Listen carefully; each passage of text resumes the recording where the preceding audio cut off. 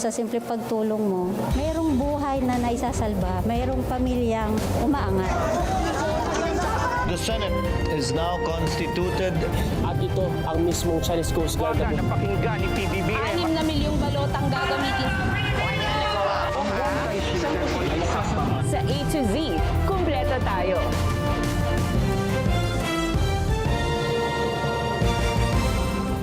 Luzon, Visayas, Mindanao at buong mundo. Ngayon ay Martes, March 10, 2026. Ako si Barbie Mulak at ito ang balitang A to Z. Panukalang batas para bigyan ng kapangyarihan si PBBM. Nabawasan o suspindihin ng buwis sa krudo dahil sa krisis sa Middle East. Lusot na sa komite sa Kamara. Krisis sa gitnang silangan ay hindi pa naka-factor in dito. Kasunod ng super oil price hike, panibagong dagdag singil sa kuryente, inanunsyo ng Meralco. Mga progresibong grupo, sinalubong ng protesta si Marcos sa kanyang pagdalo sa UN meeting sa New York. Pinoy seafarer, nawawala matapos ang tugboat attack sa Strait of Hormuz. Nag-enjoy kaming gawin to at totoo yun. Mahirap siya pero masaya siyang gawin. At sa showbiz, Angelica Panganiban at Zanjo Marudo, bibida sa upcoming crime drama series na The Silent Noise.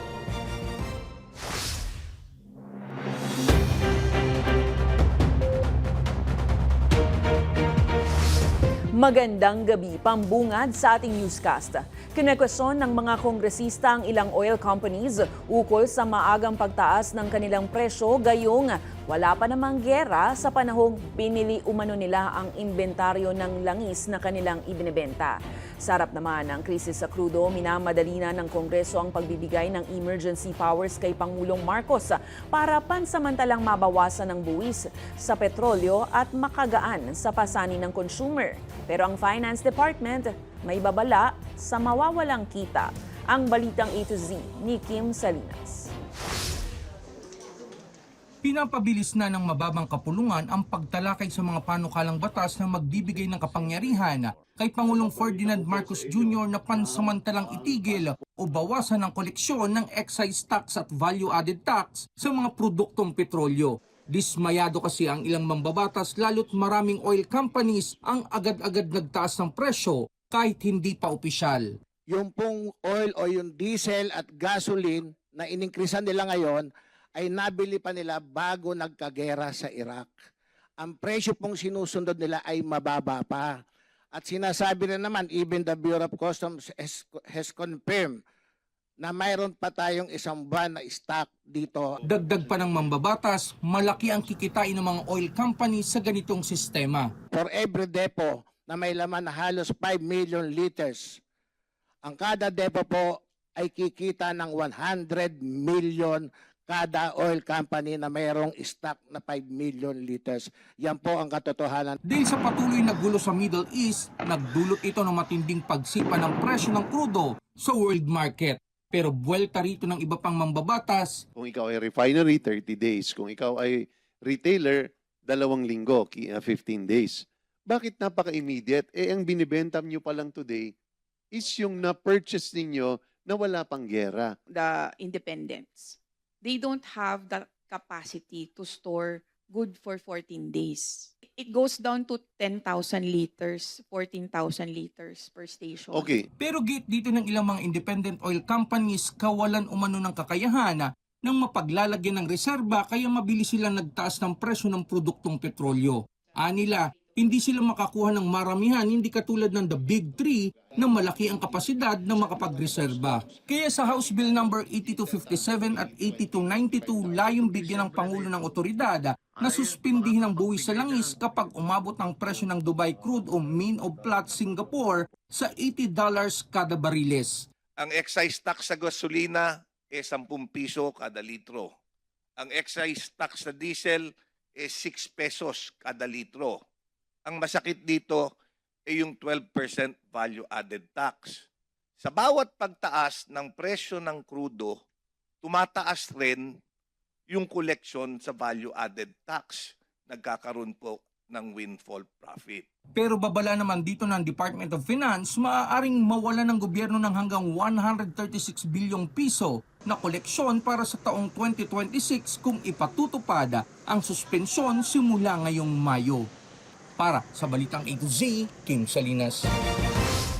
Sa pag-arangkada nga ng super oil price hike ngayong linggo, nilinaw ng Department of Energy na pinapayagan nila ang mga magsasaka, mga mangingisda at iba pang mahalagang sektor na magpagasolina gamit ang kani-kanilang container. Ayon kay Energy Secretary Sharon Garin, iniiwasan lamang nila ang hoarding ng mga pribadong motorista, lalo na't mataas ngayon ang presyo ng krudo. Samantala, iginiit rin ng kalihim na maaaring bawasan ang excise tax sa Abril sakaling magtuloy-tuloy ang pagtaas ng presyo ng produktong petrolyo. At eto na nga mga ka-A to Z, panibagong gastusin na naman. Inanunsyo na ng Meralco ang panibagong dagdag singil sa billing ngayong buwan ng Marso. Pero hindi pa po kasama rito ang epekto sa girian sa gitnang silangan. Sa tansya ng mismong Department of Energy, posibleng sumirit sa 16% ang taas singil sa kuryente sa mga susunod na buwan kung magtutuloy-tuloy din ang taas presyo ng krudo. Ang Balitang A to Z ni Ace Cruz. Imbis na tumutok sa electric fan, sa labas ng bahay nila nagpapahangin tuwing hapon si Nanay Elizabeth. Ngayon unti-unti na rin umiinit ng panahon nitong Marso. Paraan niya ito para mapababang konsumo sa kuryente. Patay mo na yung ilaw. Isipin namin, may ripa kami. O, lalaki talaga. Noong hindi ako pa marunong talagang abot ng 2008. Kaya hindi kaya-aya sa consumers gaya ni Nanay Elizabeth ang anunsyo ng Meralco na tataas na naman ang singil sa kuryente ngayong buwan sa halagang 64 centavos kada kilowatt-hour. Katumbas ito ng 129 pesos na buwan ng dagdag singil sa mga kumukonsumo ng 200 kilowatt-hours hanggang lagpas 300 pesos naman sa mga kumukonsumo ng 500 kilowatt-hours. Ito na ang ikalawang sunod na buwang dagdag singil dahil sa tumaas na transmission at generation charges. Ang masakit, inaasahan na rin ang posibleng taas singil sa susunod na buwan kapag naisama na sa computation ang epekto ng tensyon sa Middle East. Krisis sa gitnang silangan ay hindi pa naka-factor in dito. Yan marahil ay madadama natin sa susunod na buwan ng Abril batay sa kasalukuyang March supply month. Paliwanag ng Meralco, dahil sa mataas na demand sa kuryente tuwing tag-init, gagalaw din nila ang presyohan nito sa wholesale electricity spot market, bukod pa ang epekto ng giyera sa gitnang silangan. Those two factors are really most probably going to drive prices higher at kami gusto na namin i-emphasize yun na talagang it's almost inevitable. Pero maaga pa nila para matukoy ang final computation sa magiging paggalaw sa presyo. Tiniyak naman ng Meralco na may nakalatag silang measures para hindi gaanong mapuruhan ang mga electric consumers sakaling mas tumaas pa sa mga susunod na buwan ang dagdag singil sa kuryente. Una nang sinabi ng Department of Energy na posibleng tumaas ng 16% ang singil sa kuryente kung magpapatuloy ang pagtaas ng presyo ng langis dahil sa Middle East tension. We have done our simulations also. It will affect the price of electricity in the coming months if we do not do any interventions. Gayunpaman, hindi sinabi ng Meralco sa media kung uubra rin sa kanila na utay-utay na dagdag singil gaya sa ginawa ng ilang oil companies ngayong linggo para hindi gaano mabigatan ang consumer sa super big time oil price hike. Para sa Balitang A to Z, Ace Cruz.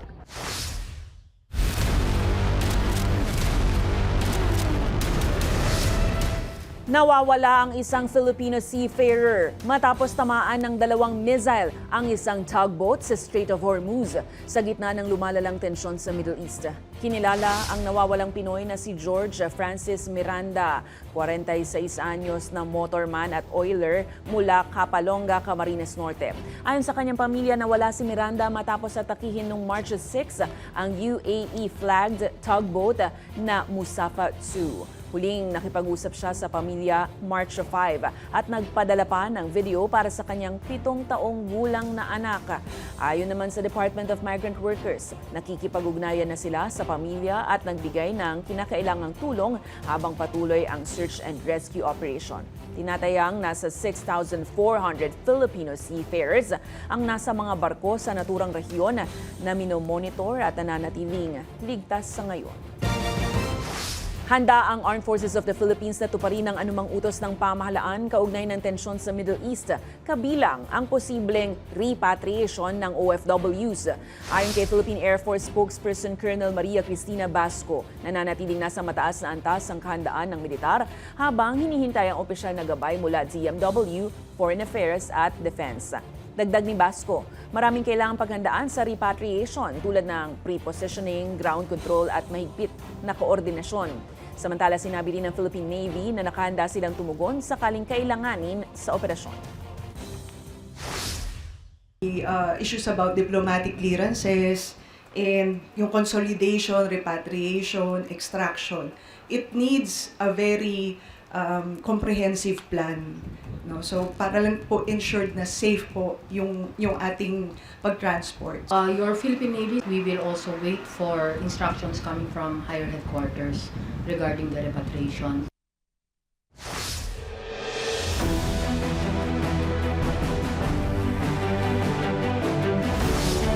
Muling ikinampanya ni Pangulong Marcos ang pagkakaroon ng pwesto sa United Nations Security Council sa kanyang pulong kay UN Secretary General Antonio Guterres.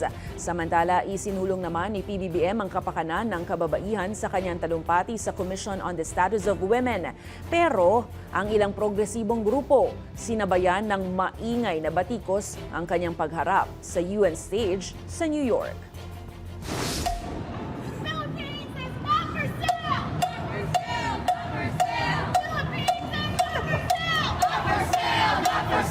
Umabot sa New York, USA ang hinaing ng mga progresibong grupo sa pamamahala ni President Ferdinand Bongbong Marcos Jr.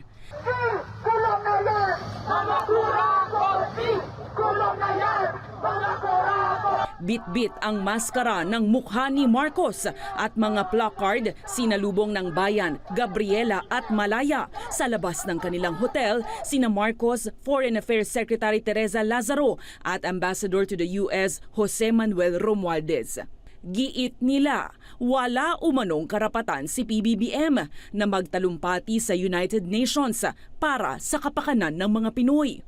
He is responsible for the suffering of the Filipino people all across the world, including all of the OFW women. Sa kabila ng pagkilos, natuloy ang pagharap ni Marcos sa 70th session ng UN Commission on the Status of Women. Dito ipinagmalaki ni Marcos ang anyay suportang natatanggap ng mga kababaihan sa bansa, habang isinulong din ang mas pinalakas na inklusyon sa edukasyon, ekonomiya at demokrasya. In the Philippines, we are proud to say that we have long believed that empowering women is not merely a matter of fairness. It is a cornerstone of nation building. Nakipagpulong din si PBBM kay UN Secretary General Antonio Guterres at saka muling ikinampanya ang layunin ng bansa na makakuha ng non-permanent seat sa UN Security Council. Ayon sa Malacanang, naging positibo umano ang resulta ng pulong. Pinupuri po niya ang Pilipinas sa pamumuno po ng ating Pangulo dahil sa pagpopromote ng peace and democracy sa ating bansa.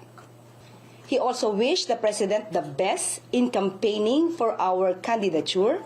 Una nang sinabi ng palasyo na ang kampanya para sa pwesto sa Security Council ay hindi lamang para sa bansa, kundi para sa kapayapaan ng rehiyon. Sa June 3, nakatakdang magbotohan ang UN para sa naturang pwesto.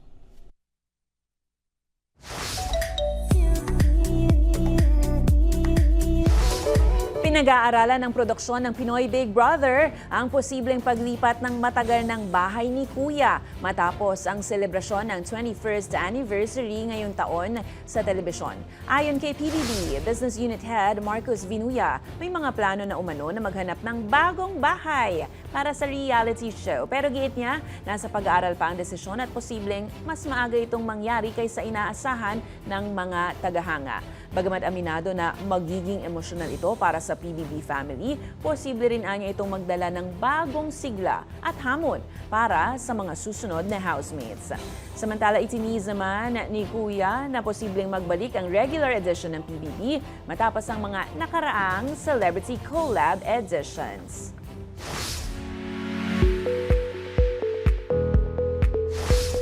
Good news naman tayo, pinakawalan na sa kanilang natural na tirahan ang 4 na Philippine long-tailed macaques at isang Rufous Night Heron sa Kalamansig, Sultan, Kudarat.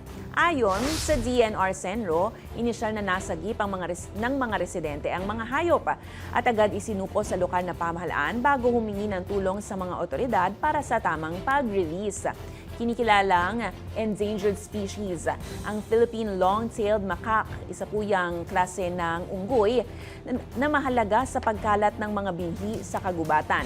Samantala, isang ibong mahalagang mandaragit naman ang Rufous Night Heron na nagsisilbing palatandaan ng malusog na mga wetland ecosystem. Matapos matiyak na nasa maayos na kalagayan ang pinakawalan ng mga hayop noong March 3 sa mga kagubatan ng Barangay Santa Clara at Barangay Pag-asa.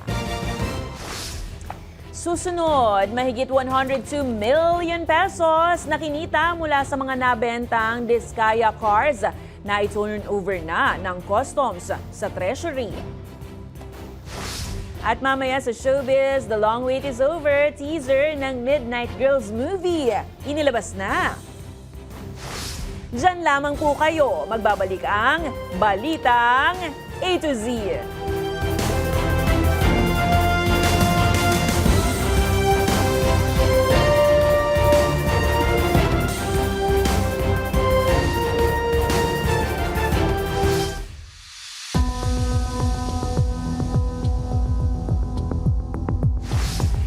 Itinurn over na ng Bureau of Customs sa Bureau of Treasury ang mga kinita mula sa mga nabentang Diskaya luxury cars sa 4 na public auctions na ginanap. Habang nasa 25 na sasakyan pa ang nakatakdang isubasta ng customs, kabilang dyan ang 4 pang Diskaya cars simula March 17. Ang Balitang A to Z hatid ni Naomi Almohan. Matapos ang 4 na public auction ng Bureau of Customs sa 13 sinamsam na luxury cars ng kontrobersyal na flood control contractors at mag-asawang Sara at Curly Diskaya, siyam rito ang nabenta na, kabilang ang Rolls-Royce Cullinan sa halagang 29 million pesos. Ngayong Martes, March 10, formal nang itinurn over ng BOC sa Bureau of Treasury ang kabuang kinita mula sa subasta.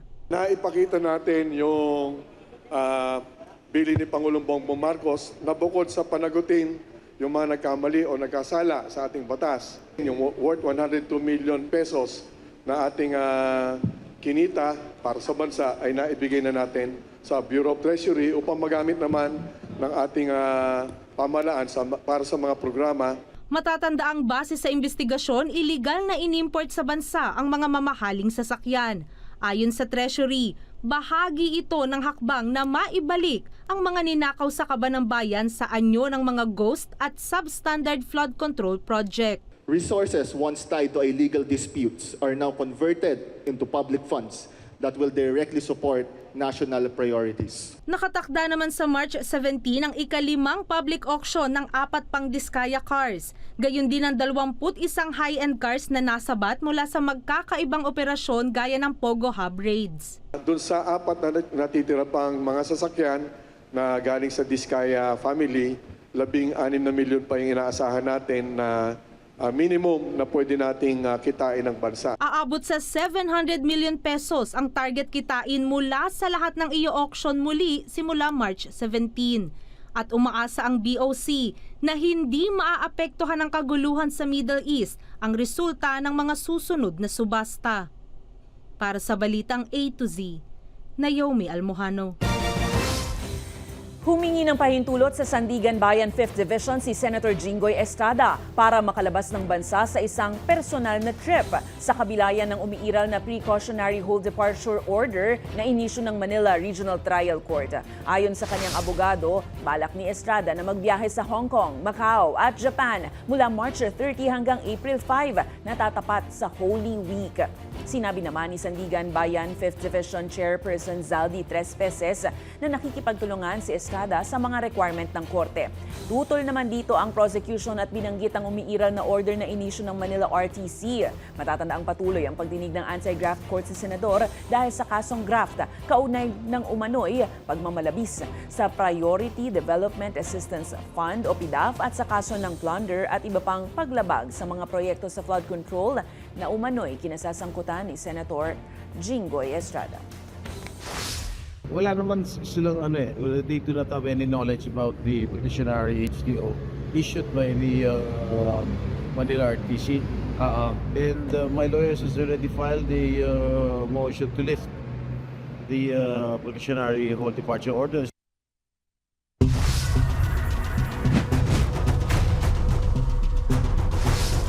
Sumuko na sa PNP Criminal Investigation and Detection Group ang isang 26 anyos na alumnus ng Tau Gamma Phi na iniuugnay sa hazing death ng isang freshman maritime student sa General Trias, Cavite. Ayon sa kanyang abogadong si Attorney G.V. Gorospe. Hinikayat niya ang kliyente na sumuko bilang paggalang sa rule of law at panawagan ni Interior Secretary John Vic Remulla. Kinumpirma ng CIDG na nasa kustodiya na nila ang suspect at ipapasa ito sa General Trias City Police para sa karagdagang investigasyon. Sa ngayon, 7 suspect na ang sumuko sa otoridad habang 11 pa ang pinaghahanap.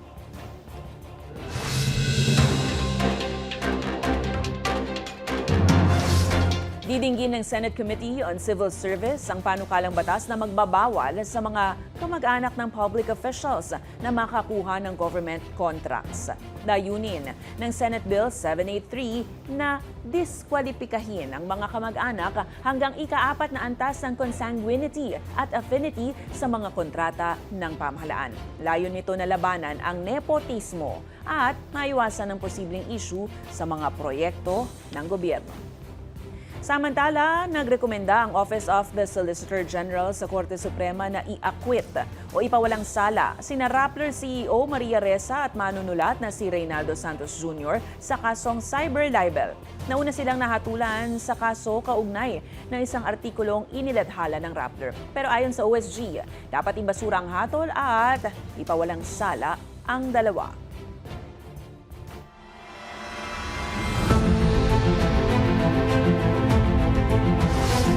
Tuloy-tuloy ang operasyon ng Armed Forces of the Philippines sa West Philippine Sea sa kabilayan ng pagtaas ng presyo ng langis kaugnay ng tensyon sa Middle East.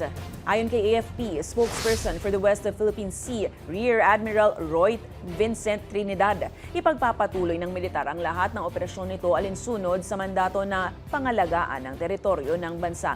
Diin niya, hindi po pwedeng humina o bumagal ang operasyon ng AFP sa pagbabantay sa karagatang nasasakupan ng Pilipinas.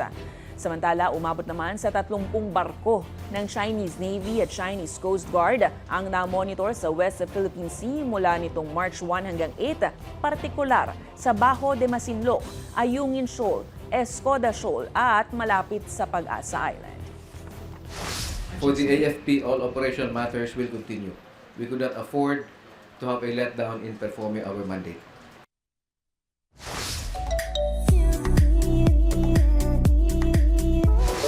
Humanda na sa Sisterhood Movie of the Year, inilabas na nga ang official teaser para sa pelikulang Midnight Girls.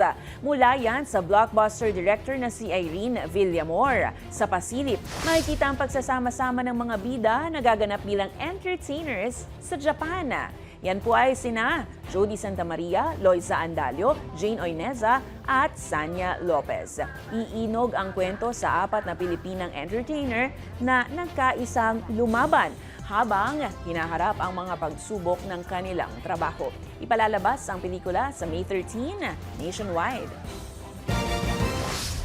Sa aming pagbabalik sa showbiz, Angelica Panganiban at Zanjo Marudo muling bibida sa upcoming crime drama series. Huwag bibitiw, tutok lang sa balitang A to Z.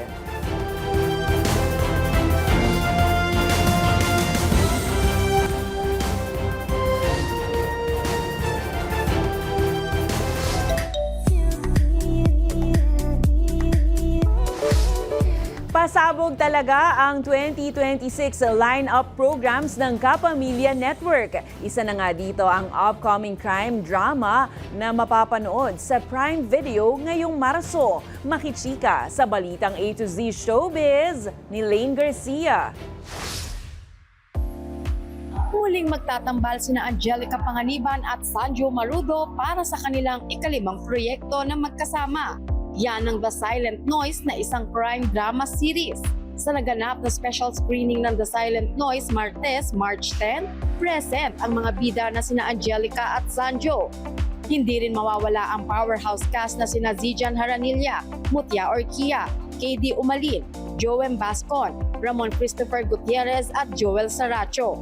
Hindi lang ito basta project dahil ito rin ang Grand Kapamilya serye came back ng isa sa Queen of Drama series na si Angge matapos ang ilang taon. Gusto ko rin magpasalamat tulad ng mga sinabi nila sa lahat ng nandito para suportahan kami at mapanood ang unang episode ng The Silent Noise. Nag-enjoy kaming gawin to at totoo yun. Mahirap siya pero masaya siyang gawin. After 3-4 years ay ako ay nakabalik sa isang project sa ABS-CBN and I'm very, very happy and proud dito sa project nito. Ayon pa kay Zanjo, ibang-iba nga raw ang project na ito sa mga nagawa nila noon. Iba kasi yung parang hindi ko pa nagawa yung ganitong classic character na marami kang layers na pinapakita na hindi mo dapat ipahalata pero kailangan magpahalata. Bukod dyan, ipinasilip din ang exciting trailer puno ng mga eksena na siguradong susubaybayan ng mga manonood. Gaganap sina Angge at Zanjo bilang mag-asawa na may 3 anak.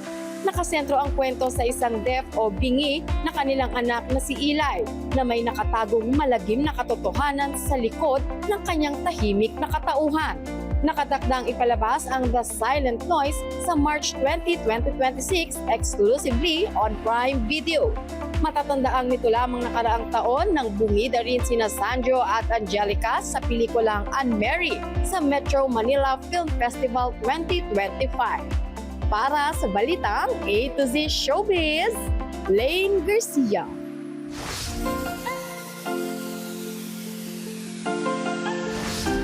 Ang magbabarkada nga naman, talagang kapag nagsama-sama, sigurado ang umaapaw na saya at hagalpakan sa kakatawa. Panoorin ang nakaka-GV na video.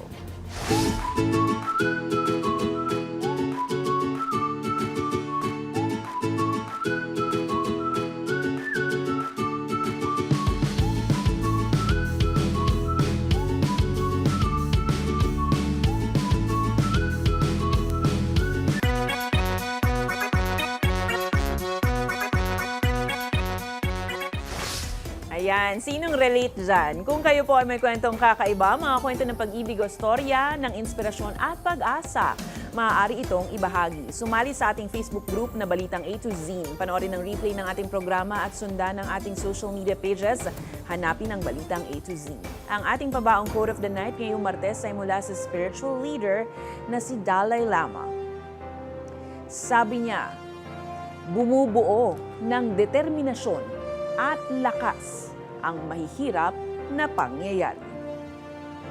At yan po ang mga balita at impormasyon, mga kwentong may dalang inspirasyon na tinutukan ng Balitang A to Z.